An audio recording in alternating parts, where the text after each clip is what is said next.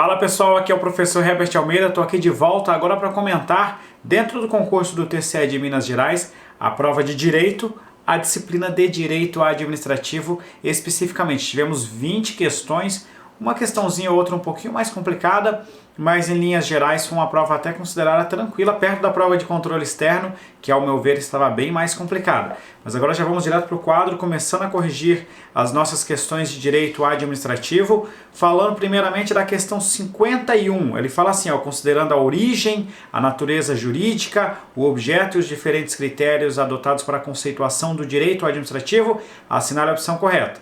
O direito administrativo é ramo recente do direito e a aplicabilidade da legislação a ele pertinente restringe-se ao Poder Executivo. Primeiro, não é um negócio tão recente assim, e segundo, que o direito administrativo alcança todo o exercício da função administrativa, não necessariamente apenas pelo Poder Executivo. Então A está errada. A letra B fala as leis e as normas do direito encontram-se consolidadas em um código específico. Não, a gente não tem o Código de Direito Administrativo, tanto que a gente tem lei de licitações, lei de improbidade, lei de um monte de coisa, não é codificado como acontece, por exemplo, com o direito civil.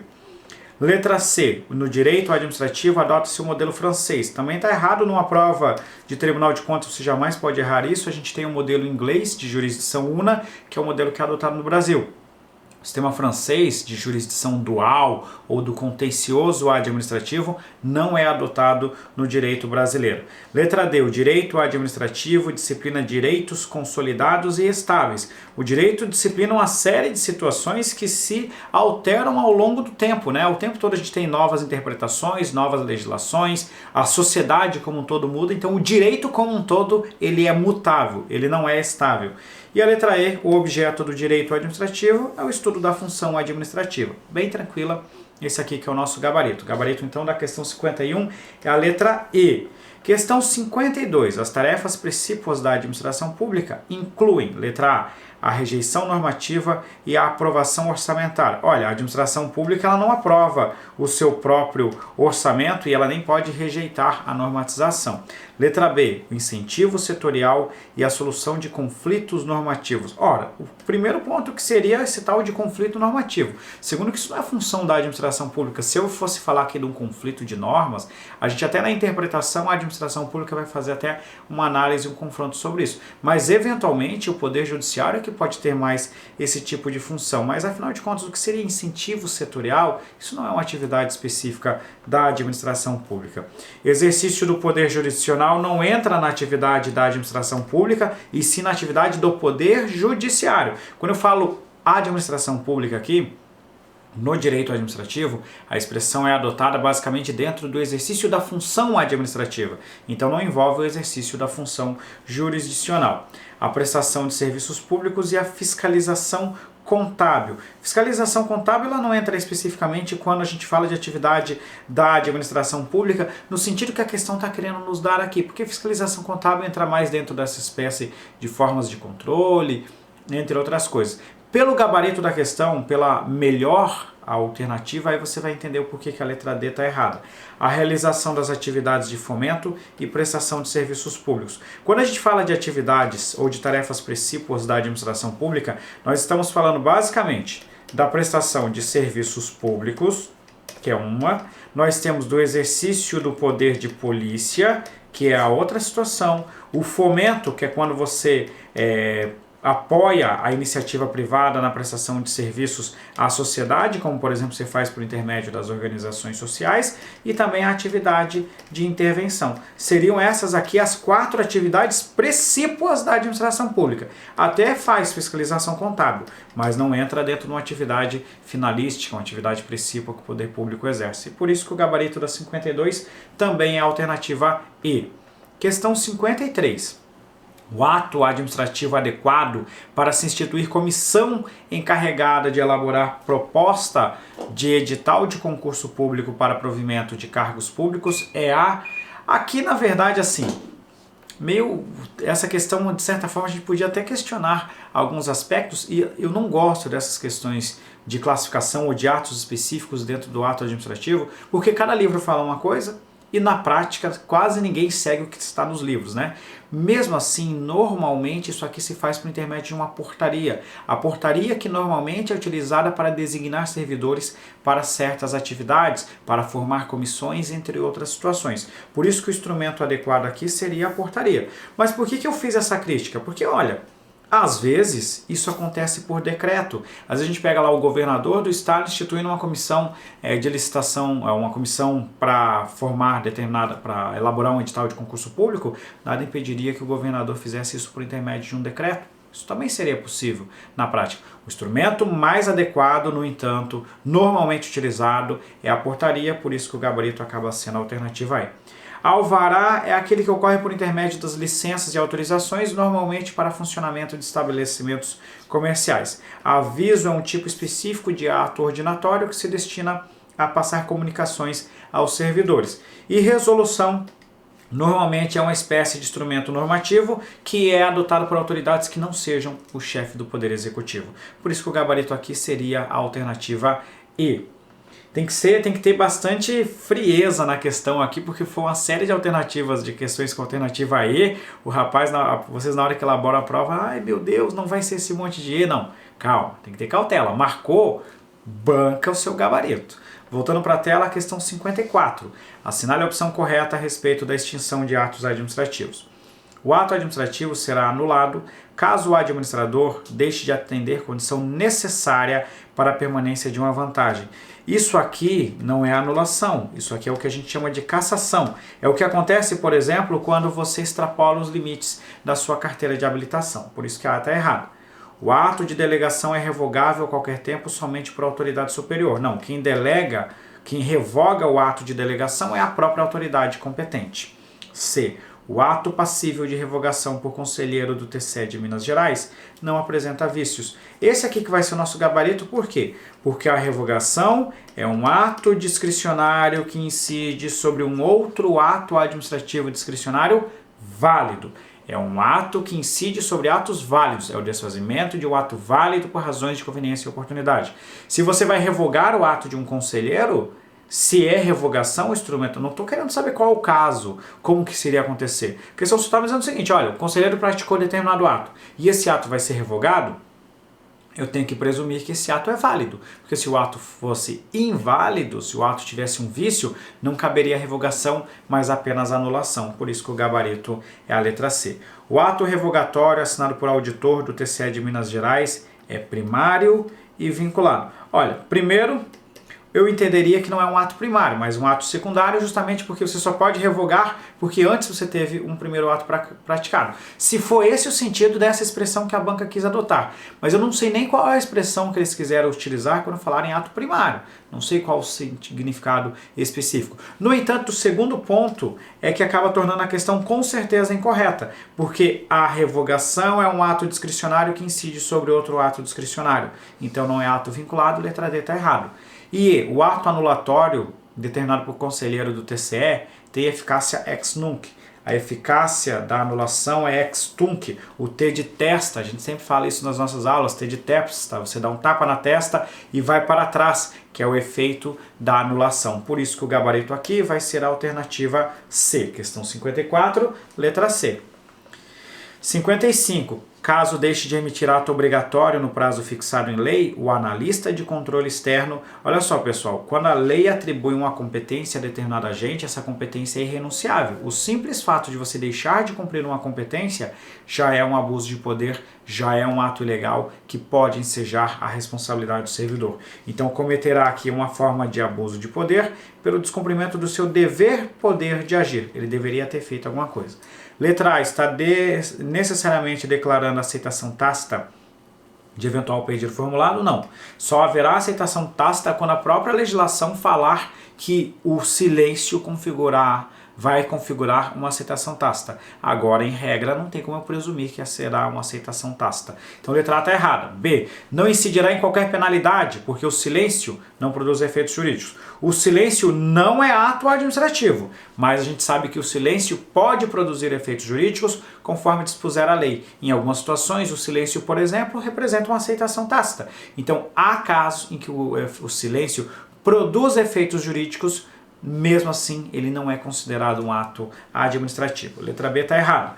E C, terá o prazo de até 90 dias para se manifestar. Ora, do que ele está falando? Como é que eu vou saber se é esse prazo de 90 dias? Não tem informações para analisar isso. Deverá aguardar que seja proferida a decisão judicial para que se manifeste. Também não, né? O agente já deveria ter agido no momento adequado e não ficar esperando uma ação judicial. Se é um poder-dever, ele tem que agir. Com isso, o gabarito é a alternativa E também nessa questão. 56. O regulamento editado por autoridade competente da administração pública em atendimento à norma legal para prover matéria reservada à lei é um regulamento. Isso aqui foi engraçado. Eu até estava comentando quando eu estava analisando essa questão. Um dia antes a gente fez a aula de revisão do ICMS Santa Catarina. E no ICMS Santa Catarina é o nosso azar, né? Quem acompanhou a aula de ICMS Santa Catarina, ainda que estivesse estudando para o TCE, teve a sorte de que lá no ICMS eu abordei vários temas que caíram no cargo específico de direito. Na nossa revisão ontem eu optei por trabalhar mais a parte de licitação, porque eu apostava que poderia ser um tema nas discursivas, por isso que eu acabei dando uma ênfase maior naquele tema. No entanto, vários tópicos que normalmente eu abordo nas revisões acabaram caindo em prova, mas faz parte, né? Mas não obstante, a gente abordou isso aqui em nossas aulas e existe um negócio chamado regulamento autorizado. Quando que você adota o regulamento autorizado? Veja só a análise da questão. Ele adotou um regulamento em atendimento a uma norma legal, então a norma determinou que ele elaborasse aquele regulamento e se tratava de uma matéria reservada à lei. Então olha que é diferente do que seriam os nossos decretos executivos, porque o decreto executivo ele disciplina a matéria que já foi abordada na lei, mas ele não inova na ordem jurídica, ele não cria situação nova, ele não preenche lacunas. Regulamento não serve para isso. Então por isso que não é um decreto executivo, porque um mero decreto executivo ele não aborda uma matéria que é reservada à lei, mas sim a matéria que após a edição de uma lei coube a ele disciplinar. Por isso que não cabe regulamento executivo. Não tem nada, não existe essa história de regulamento subordinado, também não é comum se falar em regulamento independente. Aí caberia que talvez a gente analisar essa ideia de regulamento autônomo, né? A gente tem os tais dos decretos autônomos, que são aqueles que efetivamente inovam na ordem jurídica. Só que o decreto autônomo, ele é o artigo 84, inciso 6 da Constituição Federal, para casos específicos de organização e funcionamento da administração, e aí tem aquela série de restrições de não criar ou extinguir órgão público, não aumentar a despesa, e também tem extinção de cargos ou funções desde que vagos. Não é disso especificamente que a questão está falando, por isso que eu também elimino o regulamento autônomo. Serve apenas o regulamento autorizado, que é pouco cobrado em prova, mas já caiu uma questão esse ano do CESP, inclusive eu comentei no meu Instagram sobre essa história do regulamento autorizado. Então, regulamento autorizado ou delegado é uma situação em que o chefe do Poder Executivo ou ainda órgãos técnicos irão disciplinar determinadas matérias quando a lei determinar expressamente que eles elaborem isso, uma matéria que seria disciplina reservada à lei, mas que vai ser adotado por intermédio de um regulamento técnico. Por isso que o gabarito aqui deve ser a alternativa A, mas vamos aguardar o gabarito definitivo para maiores análises. 57. No exercício de sua função, o analista de controle externo terá de restituir diretamente o particular contra o qual tiver cometido ato caracterizado como abuso de poder? Não, né? O agente público responde pelo dano causado a terceiros por meio de ação de regresso. Então, letra A está errado. Tem a opção de utilizar ou dispensar o poder administrativo para agir. Ora, se ele recebeu da lei a competência para agir, ele não tem essa opção. Ele tem um poder-dever de agir. Vamos colocar aqui, ó, poder-dever de agir, por isso que a B está errada. C. Poderá renunciar, em caso concreto, ao poder-dever de agir na hipótese de omissão específica. É o mesmo caso da alternativa da opção anterior. E olha só, ele está falando de omissão específica, já está falando de um tema de responsabilidade civil, em que o Estado tem um dever específico de agir, ainda mais nesse caso, então ele jamais poderia se omitir. Eu vou confessar para vocês que eu fiquei numa dúvida muito forte entre indicar a letra D e a letra E. Vamos por partes nas duas alternativas. Poderá motivadamente invocar a reserva administrativa do possível quando não puder fazer determinado empreendimento. A reserva do possível entra naquela situação em que a administração pública não tem capacidade de agir, porque a administração pública não consegue atender às necessidades de todo mundo ao mesmo tempo. A gente sempre fala que a população tem necessidades infinitas para recursos que são finitos, que têm um fim. O Estado não dispõe de recursos ilimitados. Por isso que, por exemplo, a gente não tem como ter policial em toda esquina, a gente tem uma série de limites, tem todo aquele conflito sobre o Estado fornecer medicamentos de alto custo. Algumas pessoas entendem que devem receber esses medicamentos, afinal de contas, a própria Constituição Federal prevê esse direito. Por outro lado, se a gente for pensar em termos racionais, se a gente conceder esse medicamento para todo mundo, vai acabar o recurso e não vai dar para atender a necessidade de todos. Então há uma série de situações que são complicadas da gente definir o que faz no caso concreto. Isso é o chamado princípio da reserva do possível. Olha, pode justificar um agente não agir em determinado momento? Pode, mas eu entendo que isso aqui é mais uma coisa que cabe ao Estado como um todo, à administração como um todo em determinadas situações e não especificamente um agente público. Por isso que eu achei, apesar de gostar um pouquinho de marcar também a letra D, eu achei a letra E mais adequada. Levará o ato administrativo à anulação caso tenha realizado com abuso de poder. Ora, se há abuso de poder, a consequência é o ato administrativo acabar ensejando a anulação. Só não pode ser a alternativa E, que aí poderia ser um motivo para justificar a marcação da letra D, o seguinte aspecto. Quando a gente fala de abuso de poder, o abuso de poder ele vai se subdividir em duas situações. Nós vamos ter aqui a situação do excesso de poder e também a situação do desvio de poder. O excesso de poder é um vício de competência. Sendo um vício de competência, se não for competência exclusiva, ele pode ter também a convalidação. Então, nesse aspecto aqui, a gente também poderia marcar, considerar que nem toda situação de abuso de poder vai ensejar necessariamente a anulação. Eu vou até aproveitar aqui, então, já que a gente está fazendo uma análise mais completa, e vou ficar meio que em cima do muro, mas eu vou direcionar agora, com base nessa segunda análise que eu fiz aqui, eu vou direcionar o meu gabarito para a alternativa D, marcando a reserva do possível, porque eu entendia que as duas alternativas ali estavam boas. Mas agora analisando mais profundamente aqui, conforme a gente vai conversando com vocês, afinal de contas, a gente acabou de pegar essa prova aqui, mas eu já começo a ver a possibilidade de a gente questionar a letra E, e aí eu parto daquela ideia que eu conversei com a galera no aluno de véspera. Olha, a gente tem que marcar a alternativa que é mais adequada e que se não for o gabarito a gente teria como recorrer. A letra E, a letra E eu teria como indicar por que ela está errada. Agora a letra D eu não vejo especificamente motivo para indicar como errada. Então a partir dessa ideia, vamos mudar o nosso gabarito para a alternativa D, portanto na questão 57.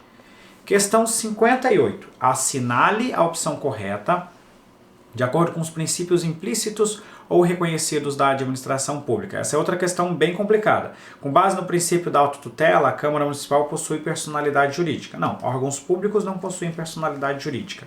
A segurança jurídica está em conferir certeza e estabilidade na relação da administração pública com os administrados. Provavelmente esse aqui será o gabarito e deve ter causado muita estranheza essa expressão de certeza. Alguns autores, quando eles analisam o princípio da segurança jurídica, eles fazem uma análise mais complexa.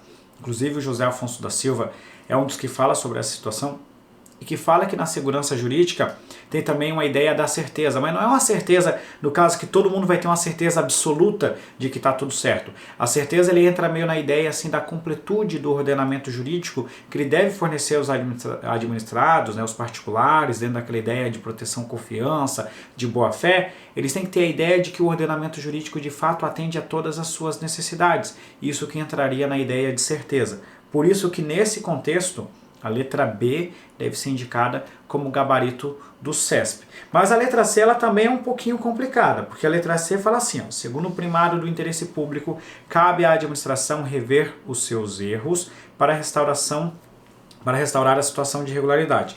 Isso aqui eu não marcaria primário do interesse público, eu marcaria aqui o princípio da autotutela, que é o mais adequado aqui. Acontece que recentemente naquele concurso da Polícia Federal, o CESP fez uma correlação forte quanto à competência, à possibilidade de rever as suas próprias decisões em relação ao princípio da autotutela e falou também, de certa forma, ali meio numa palavra meio específica, falando de interesse público. Então o CESP já deu mais ou menos essa ideia aqui em outras situações. Ainda assim, para mim, aqui é autotutela e não simplesmente interesse público de forma genérica, e o gabarito seria a alternativa B.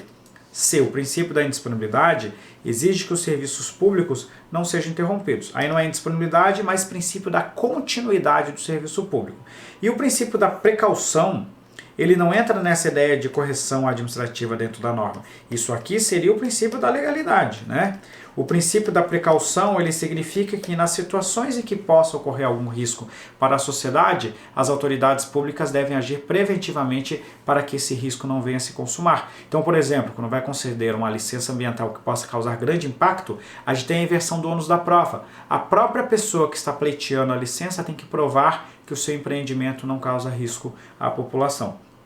Esse que seria o sentido do princípio da precaução, e com isso o gabarito da 58 é a letra B. Questão 59. O dever dos tribunais de contas estaduais de analisar a prestação de contas dos agentes do governo abrange apenas os planos de gestão financeira e atos de governo. Ele está falando assim, ó, apenas. A gente tem que marcar aquela que envolve duas situações.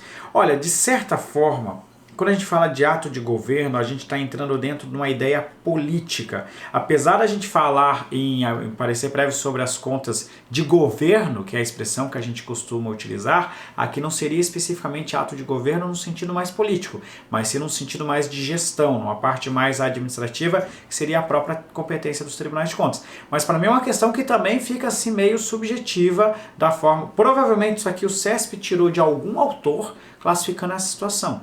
Então também é uma questão que não está 100% assim, o CESP pisou na bola em várias questões, em algumas situações. Mas vamos lá, atos do governador e os da administração exclusivamente direta? Não, porque alcança também a administração direta.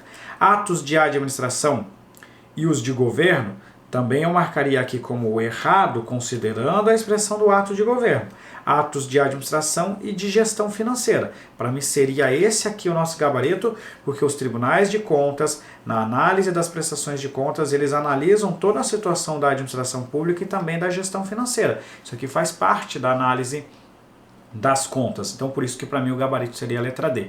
Os planos de governo e os atos da administração exclusivamente indireta. Marcaria como errada a letra E. Enfim, a questão 59, apesar de que para mim seria a letra D, a gente não pode também eliminar de forma total assim essa história de atos de governo, até porque a apreciação, a emissão do parecer prévio faz uma análise mais macro, mas eu entendo que o CESP não vai considerar essa, por entender que ato de governo entraria mais na esfera política, e aí entraria na competência política do Poder Legislativo, e não na competência técnica do Tribunal de Contas. Para mim, gabarito letra D, mas é uma questão também que pode merecer algum reparo. 60. Na realização de auditoria em agência executiva estadual, o controle externo deverá ter ciência de que a agência é dispensada de adotar processo de licitação. Não, a agência executiva tem até limite em dobro para dispensa, mas ela é obrigada a licitar.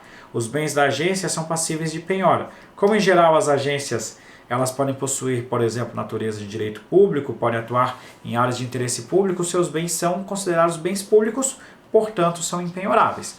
Os processos judiciais da agência são de competência da Justiça Estadual Comum, por se tratar de uma autarquia estadual. O ponto é o seguinte, olha, a agência executiva, ela pode ser autarquia ou fundação pública. Pelo menos a legislação federal prevê isso. Então, assim, o gabarito para mim vai ser a alternativa C, porque eu entendo que as autarquias estaduais e também as fundações estaduais terão como foro competente a própria Justiça Comum Estadual, que é, já que ela não entra na competência da Justiça Federal, ela vai para a Justiça Comum, que é a Justiça Estadual. Por isso que, assim, o gabarito é a letra C, mas pelo menos no âmbito federal, né, apesar dela estar falando de uma agência estadual, nós teremos autarquias e fundações públicas como agências executivas. D. Lei complementar é o instrumento que autoriza a instituição dessas entidades. Não, né? A instituição da fundação pública ou da autarquia, ela ocorre primeiramente por meio da sua lei que cria ou que autoriza a criação. E depois a gente vai ter o procedimento para qualificar ela dentro de agência executiva, que acontece por meio de decreto do Poder Executivo. Então, por isso que não é a letra D. E a letra E, a agência é uma autarquia estadual dotada de autonomia política e institucional. Autonomia política, as entidades administrativas não gozam, porque a autonomia política remete ao seu poder de legislar, e as entidades administrativas não gozam dessa capacidade de inovar na ordem jurídica, por isso que a letra E está errada, e o gabarito da 60 é a letra C. 61. O termo de referência de uma licitação na modalidade pregão eletrônico, o objeto da contratação, serviço de informática, foi devidamente enquadrado como comum. Olha, se eu estou falando de pregão, pregão só atende ao tipo de menor preço. Por isso que o gabarito da 61 é a alternativa A. Você pode estar se perguntando sobre o tal do serviço de informática, porque a Lei 8666 fala que é exclusivamente técnica e preço, mas é técnica e preço podendo adotar outro tipo definido em decreto do Poder Executivo. O tal do outro tipo é o menor preço quando se tratar de bem e serviço comum, por isso que tem que ser a letra A e não cabe a letra C, até porque não tem técnica e preço no pregão. Por isso o gabarito aqui da 61, letra A. 62. A administração pública firmou contrato verbal com empresa privada para a realização de pequenas compras de pronto pagamento no valor de R$8.000. Essa questão aqui eu tô esperando o gabarito definitivo do CESP para a gente ver se não houve burrada por parte do avaliador. Nós comentamos várias vezes, eu defendi isso inclusive no meu aulão de véspera, que o edital foi publicado antes da atualização dos valores. Então qual a situação que a gente tem aqui? Os valores antigos. Pelos valores antigos, quando a gente fala de contrato verbal, o limite é de R$4.000. Pelos valores novos, o limite de contrato verbal ele está em R$8.8 mil. Acho que é isso, é 888, 8.4, não vou lembrar direito agora de cabeça, mas está nessa ideia aqui assim. Então, pelo valor novo, isso aqui seria válido. Pelo valor antigo, ele é nulo. E como valem os valores antigos, então nessa situação aqui para mim, gabarito letra B, o contrato é nulo, portanto, tá? E é R$8.8 mil, que é o limite novo, agora sim, já colocando definitivamente aqui, né? R$8.8 mil são os valores novos. R$4.000, valor antigo. Como estava em 8 mil, né? Se eu considerasse o novo, estava válido. Se eu considerar o velho, está nulo. Vamos esperar o gabarito do CESP, mas se vier diferente disso, cabe sim anulação. Para mim, gabarito letra B, no meu ponto de vista, sem qualquer dúvida. 63. Caso não compareça interessado em certame licitatório na modalidade de tomada de preços à administração pública. Só voltando aqui, faltou explicar um caso específico. A própria lei fala que o contrato vai ser nulo e de nenhum efeito. Então, por isso que o gabarito é letra B.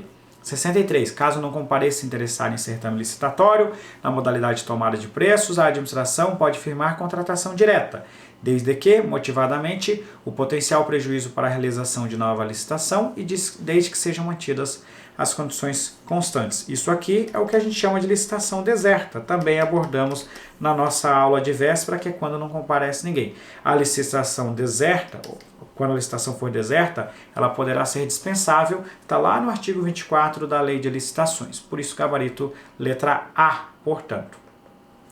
64. Conforme a classificação das formas de controle administrativo, ao realizar a auditoria de despesas efetuada pelo Executivo, durante a execução do orçamento, o Tribunal de Contas exerce. Tribunal de Contas é controle externo, então a gente já fica entre a letra A e a letra B. Coincidentemente, isso aqui foi exatamente um dos exemplos que a gente deu na nossa aula. Quando você acompanha durante a execução do orçamento, o controle é concomitante.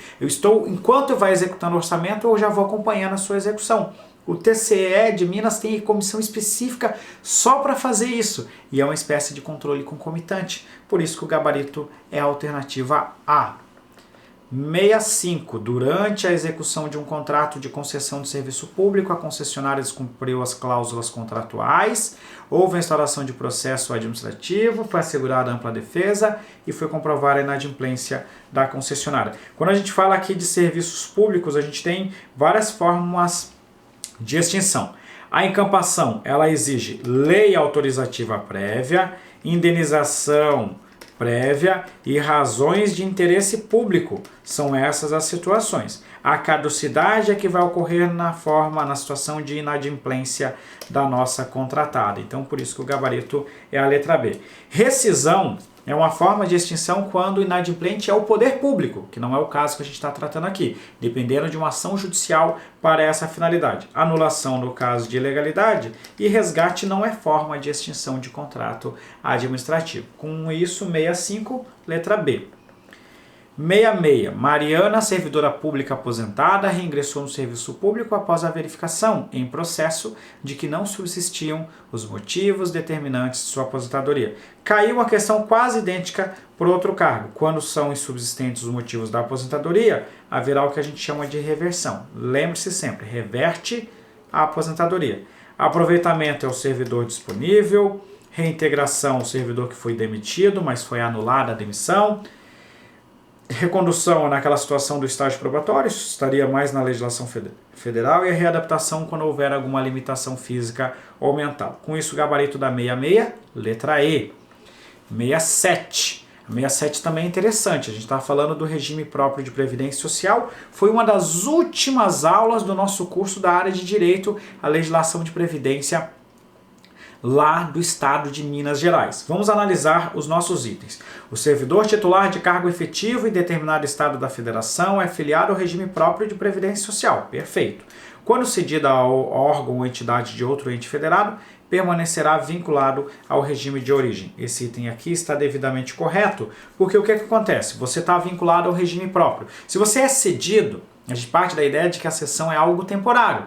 Enquanto você está lá, você continua vinculado ao regime daqui, vai fazer as contribuições para esse regime de cá, tanto que quando você voltar, você já tem as suas contribuiçõezinhas ali perfeitas para lá na frente você poder pleitear a sua aposentadoria. Então está de acordo com a legislação de previdência do Estado de Minas Gerais. As alíquotas de contribuição dos servidores ativos dos estados para os respectivos regimes próprios de previdência social podem ser inferiores aos dos titulares do federal. Não pode, elas não podem ser inferiores, por isso que o item 2 está errado.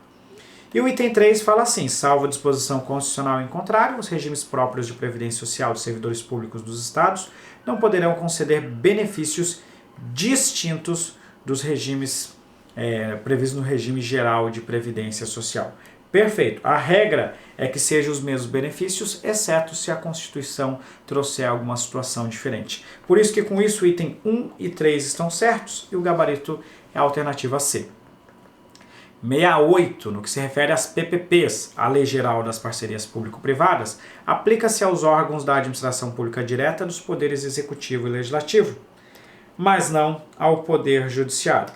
Tá perfeito esse item aqui. Quem acompanhou muito, na época que estava dando isso deu uma confusão muito grande no âmbito do Congresso Nacional, mas foram realizadas algumas alterações lá na lei das PPPs, que a Câmara dos Deputados estava com a ideia de instituir tipo um shopping lá dentro, eles iam fazer isso por PPP. Aí aprovaram uma lei para incluir na lei das PPPs também o Poder Legislativo. Então hoje a lei das parcerias público-privadas alcança o Poder Executivo e o Poder Legislativo, mas não se aplica ao Poder Judiciário. O Judiciário não pode fazer uma parceria público-privada e por isso que o item 1 está certo. 2. A celebração de parceria público-privada é condicionada à realização de licitação, obrigatoriamente na modalidade de concorrência. Licitação de PPP, a modalidade é concorrência. É vedada a celebração de PPP por contrato de valor inferior a 20 milhões. Isso aqui era antigamente. Hoje não são mais 20 milhões, mais 10 milhões e por isso que o item 3 está incorreto. Na contratação de PPP, eventuais riscos do negócio deverão ser arcados integralmente pelo parceiro privado. Um dos princípios que está lá no artigo 4 da lei das PPPs é o compartilhamento dos riscos. Então, por isso que o item 4 está incorreto, item 1 e 2 certos, 3 e 4 errados, com isso o gabarito será a alternativa A da nossa questão 68. Questão 69, questãozinha um pouquinho complicada sobre a lei de acesso à informação. Os órgãos de controle externo fiscalizarão as empresas públicas e sociedades de economia mista, quanto à legitimidade, etc. e tal. Aí diz assim, na realização dessa atividade fiscalizatória, os órgãos de controle terão acesso aos documentos e às informações que forem necessárias. Conforme a legislação pertinente, o acesso de que trata o texto precedente é irrestrito, abrangendo até mesmo documentos classificados como ultrasecretos pelo presidente da República. Para mim, o gabarito é essa alternativa A, partindo da leitura da Lei de Acesso à Informação. A Lei de Acesso à Informação, ela fala que as informações classificadas quanto a algum grau de sigilo, elas somente serão acessíveis àquelas pessoas que precisem ter acesso a essas informações. Então ele me dá a ideia que é o seguinte, olha, a regra é que não chegue lá qualquer auditor, qualquer analista, qualquer servidor público e tem acesso àquela informação. Mas quem precisar daquela informação terá como ter acesso a ela. Nesse caso, estará responsável, porque se der vazamento a ela, poderá responder na forma que a própria lei de acesso à informação traz. Então, o que eu entendo é que os órgãos de controle não poderão sair analisando tudo, mas se for necessário para exercer a sua atividade de controle, eles terão o direito de acessar essas informações, mas será um acesso mais específico, mais reservado, e o agente público que der causa ao vazamento dessa informação pode inclusive responder por isso. Por isso que eu marcaria a letra A como gabarito. Aí as letras B, C, falam que as informações são restritas, então por isso aqui eu marcaria como errado, e restrito ressalvar os documentos e informações classificados como sigilosos. Para mim está errado isso aqui, pelo motivo que eu considero a A como correta, mas não me surpreenderia de o CESP colocar a letra D como correta também. E irrestritos, abrangendo até mesmo documentos e informações classificados como sigilosos pela entidade estatal fiscalizada. Aí aqui vai entrar já mais o caso específico da classificação. Com isso aqui na 69, o gabarito para mim seria a alternativa A. E por fim na questão 70. Indo para a questão 70, ela vai falar assim, ó: visando a garantir a cobertura assistencial da população, o Sistema Único de Saúde, o SUS, pode lançar mão de serviços de saúde ofertada pela iniciativa privada. Sabendo disso, aí aqui eu já vou resumir logo isso aqui tudo. Lá na Lei 8429, no artigo 11, o último inciso do artigo 11 trata da situação em que você transfere recursos no âmbito do SUS sem observar a legislação específica. Para mim isso aqui foi um meio, na prática, né, aquela criticazinha que a gente gosta de dar uma cutucada, isso aqui a gente acha, estão agora punindo o cara que repassa recursos sem observar, no âmbito do SUS, sem observar a legislação. Não, para mim foi um meio de passar a mão na cabeça, porque antes tal situação ficaria no artigo 10, né, que você repassa recursos sem observar as normas regulamentares, mas eles jogaram lá um caso específico para o artigo 11. Se passa recurso para uma entidade privada sem observar as normas relativas ao SUS, é ato que atenta contra os princípios da administração pública. Então, nessa situação, a gente vai ter um ato que atenta contra os princípios e está sujeito à sanção da lei de improbidade se a conduta tiver sido realizada de forma dolosa, afinal de contas é ato que atenta contra os princípios, uma vez que atentou contra os princípios da administração pública. Por isso que o gabarito da questão 70 vai ser a alternativa A, seguindo o último inciso do nosso artigo 11. E dessa forma a gente fecha aqui a nossa correção das questões. Pessoal, foi uma correção bem rápida. Eu deixei muitas informações assim, colocando para vocês, talvez caiba recurso, a gente vai analisar assim, assado, porque eu vou fazer também o artigo escrito, e aí lá no artigo escrito eu vou detalhar tudo sobre isso que nós vimos até agora das questões de direito administrativo. Galera, muito obrigado e até a próxima.